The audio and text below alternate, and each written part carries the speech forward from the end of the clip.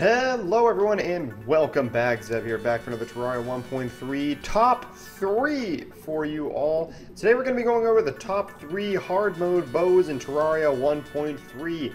Kicking it off right away at the number 3 spot here is going to be the Pulse Bow. Pulse Bow does have the highest direct damage of any bow out there. So it doesn't have the highest DPS, but it has the highest damage out there for bows at 65 base damage for the bow. It is going to pierce up to 5 targets, meaning it will hit 6 targets, as you can see here on these dummies. And the other great thing about it is that it will ricochet up to 5 times. So if you shoot it at walls or anything and you can make a arena for bosses, it does a great job at ricocheting around and generally hitting everything around you. So it's really great for fighting certain bosses and everything for the ricochet effect. You just kind of have to build that arena and your accuracy can, really not be that good. Kind of like mine. And it'll go relatively well with fighting that boss. Another thing about the damage effect of it is that most bows generally have a 4% critical strike chance, but the Pulse Bow has a solid 11% critical strike chance. I know I popped it up here, but that's because I got these gear on and everything, and that gives me some extra effects to it, but it will have a base 11% critical strike chance, which is much higher than all the other bows there. So that is another great thing about the weapon effect of it. So why is this coming in at number 3 is because it is a kind of mid-level, I guess, hard mode bow, you would say. It is a post-Plantara bow, so that's 4 bosses right there that you're not going to be able to kill with this bow, which is why it lands at number 3. Because you're not going to be able to use it against the mechanical bosses first. It does a great job against killing mechanical bosses after you get it, so if you need to farm them or anything, or you just want to kill them for fun, great bow for doing that. And you're not going to be able to use it against Plantara since it's post-Plantara. So that leaves you with quite a few bosses towards the end that you can use this bow for, which, would work relatively well. It's a very strong bow, very powerful bow. And after you kill Plantara, you're able to get this bow from the Traveling Merchant. So it is actually relatively simple in a way to get, but it's more of kind of luck. So it could be, the Traveling Merchant never carries it for you, or you literally get it the first time the Traveling Merchant shows back up after you kill Plantara. It's kind of like that. But you don't have to grind or anything to really get it. You just kind of have to hope that the Traveling Merchant might have it, and that's really that. You don't have to kill a really hard boss or grind 500 enemies to kill it. So it's generally not that difficult a bow to get, and it's only going to cost you 45 gold, which is really not that expensive considering how late in hard mode you'll be getting it. And you should really kind of have that money by then, so it's really not going to be an expense to you to buy the bow. Just a couple of fun facts about it. Of course, the bow, you can tell that it's going to fire this basically pulse shot here.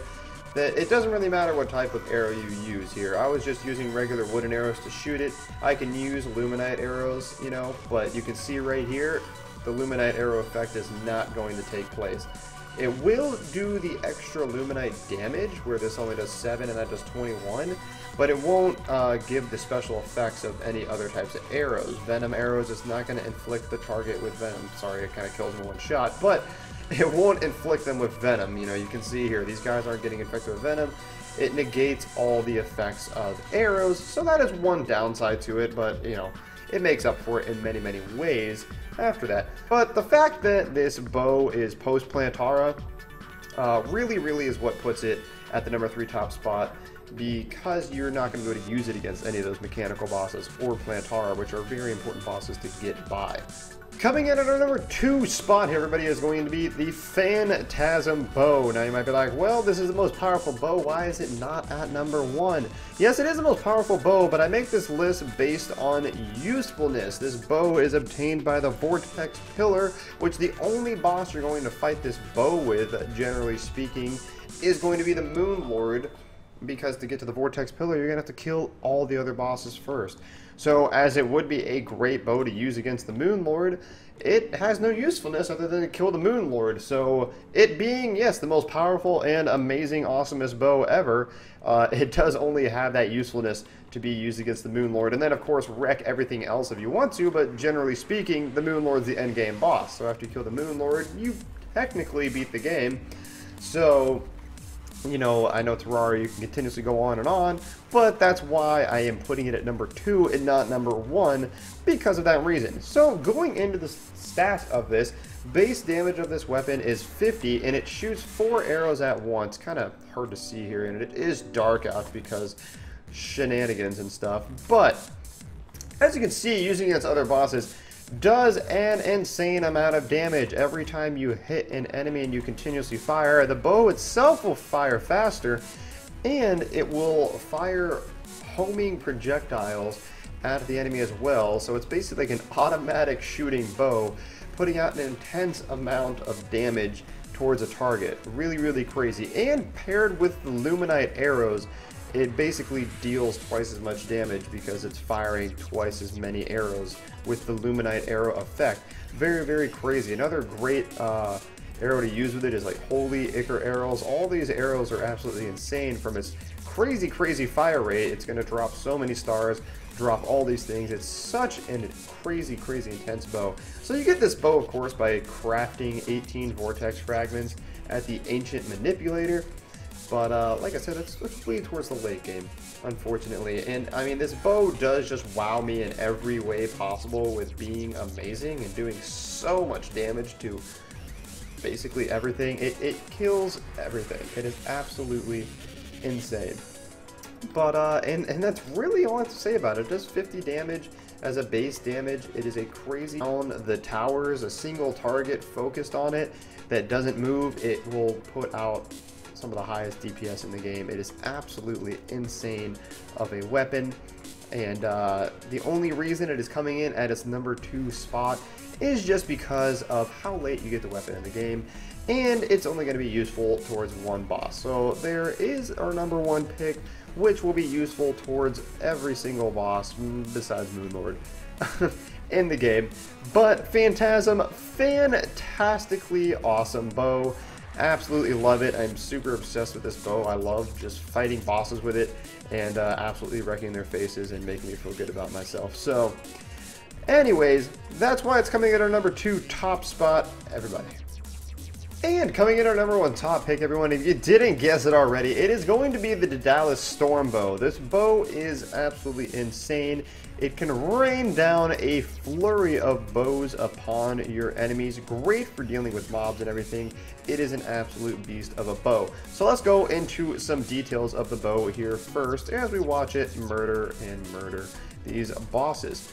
So right off the bat, it does 43 base damage per arrow. Every time you can hold down the trigger to fire, which is great, but every time it clicks, basically, it is going to drop 3 to 4 arrows. But if you hold it down, as you can see, it just looks like an endless supply of arrows are falling from the sky. When paired with holy arrows, very, very powerful from just dropping so many arrows at once. But there are plenty of arrows that it can just be absolutely amazing with.